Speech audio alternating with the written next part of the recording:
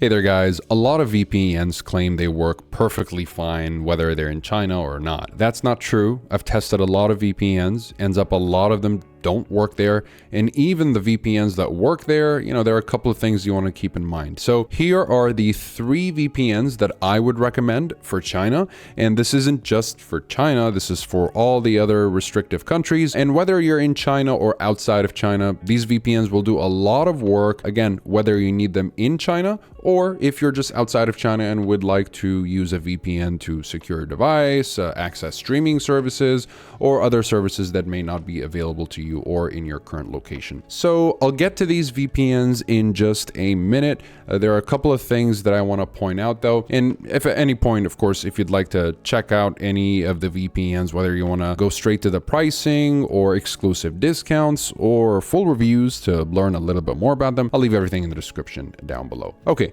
now the first thing when it comes to China is, well, make sure that the VPN is installed on your device before you get to China. And just test it at home, make sure it connects, once you have your VPN. Let's say you got ExpressVPN, you want to go to the locations, maybe select a location. If you're in China yourself, you probably want to select something near you so that, it's a little bit closer to you, and closer means faster connection. So if you want a faster connection, generally just connect to a server that's nearby. Unless you're trying to access a specific website or service that is only available in a specific location, like let's say, Netflix America. In this case, you'll just connect to an American server and then go back to Netflix, give it a refresh, and it'll look like you're in America.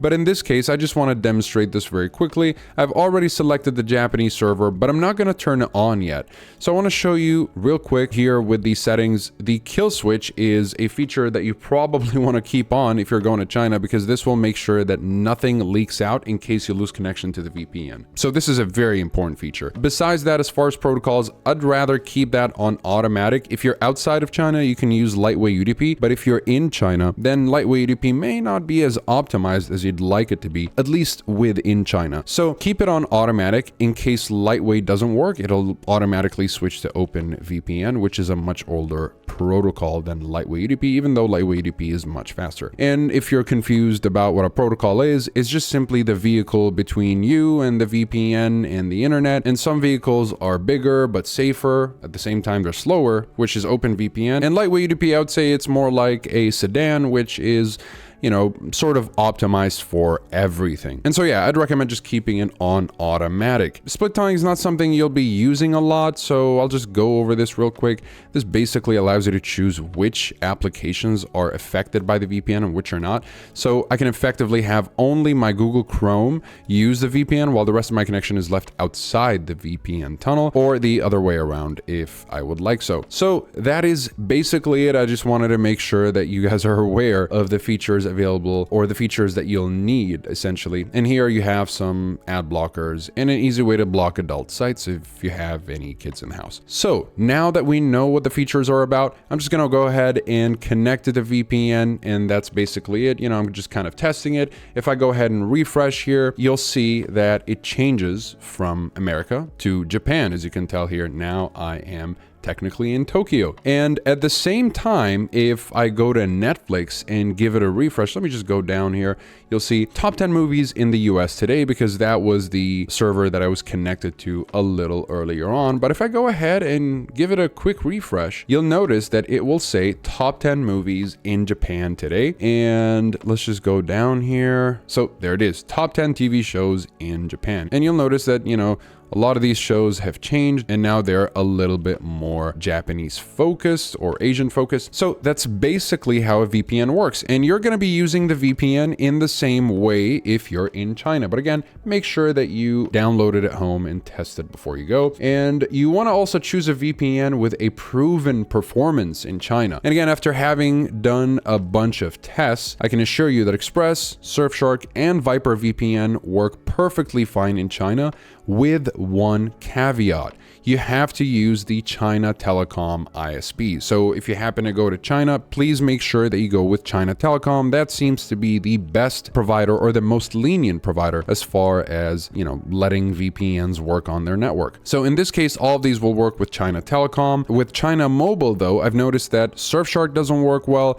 Express works still the same. It works well on both providers. We haven't tested any of those on China Unicom. We don't have access to that, unfortunately, at least not yet. But I can tell you that China Telecom is absolutely the best choice here as far as an ISP. And Viper VPN, again, works really well, whether you go with China Telecom or China Mobile. But I would recommend that you just stick to China Telecom, given that, due to our recent tests, it shows that it is the most lenient, and that's what I would recommend. And besides that, you want to make sure you've got a no-logs policy, and all these VPNs do have a no-logs policy. Now, granted, Viper VPN only has one audit under its belt, which isn't bad, although this is a fairly older audit. This is back from 2018, I believe. If we take a look here, there should be a date. There you go. So roughly September 2018, it seems like. And as you can tell, all these findings, whether the severity was high or medium, it was all fixed. Now, the reason why I would recommend Express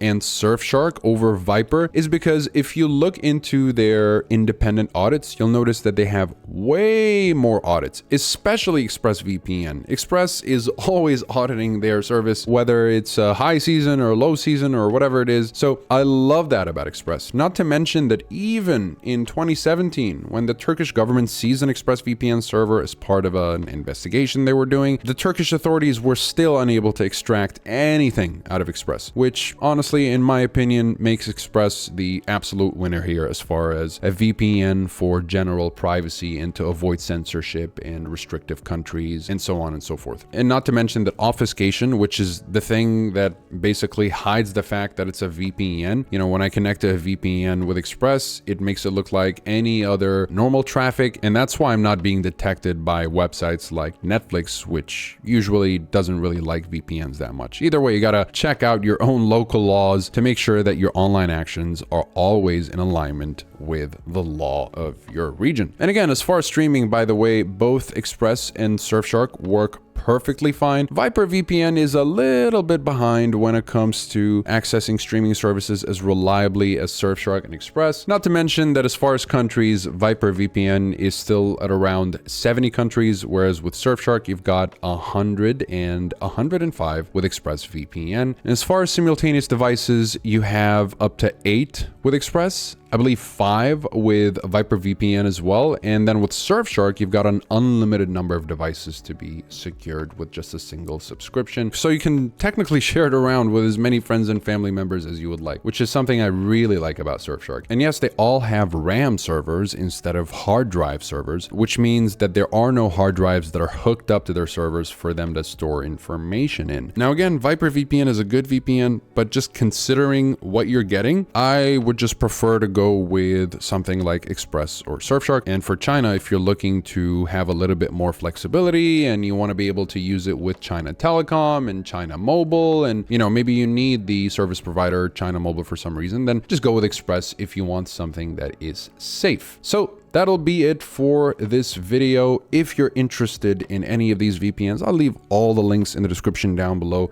If it were up to me, I would go with Express. My second choice would be Surfshark, and a very close second to Express and Surfshark would be Viper VPN. If you're interested in learning a little bit more about them, you'll find a full review on each of these VPNs in the description below, and links to some discounts that'll help you save a little bit more on your first subscription in case you end up picking any of those up. Thank you so much for watching, guys, and good luck there. I'll see you in the next one.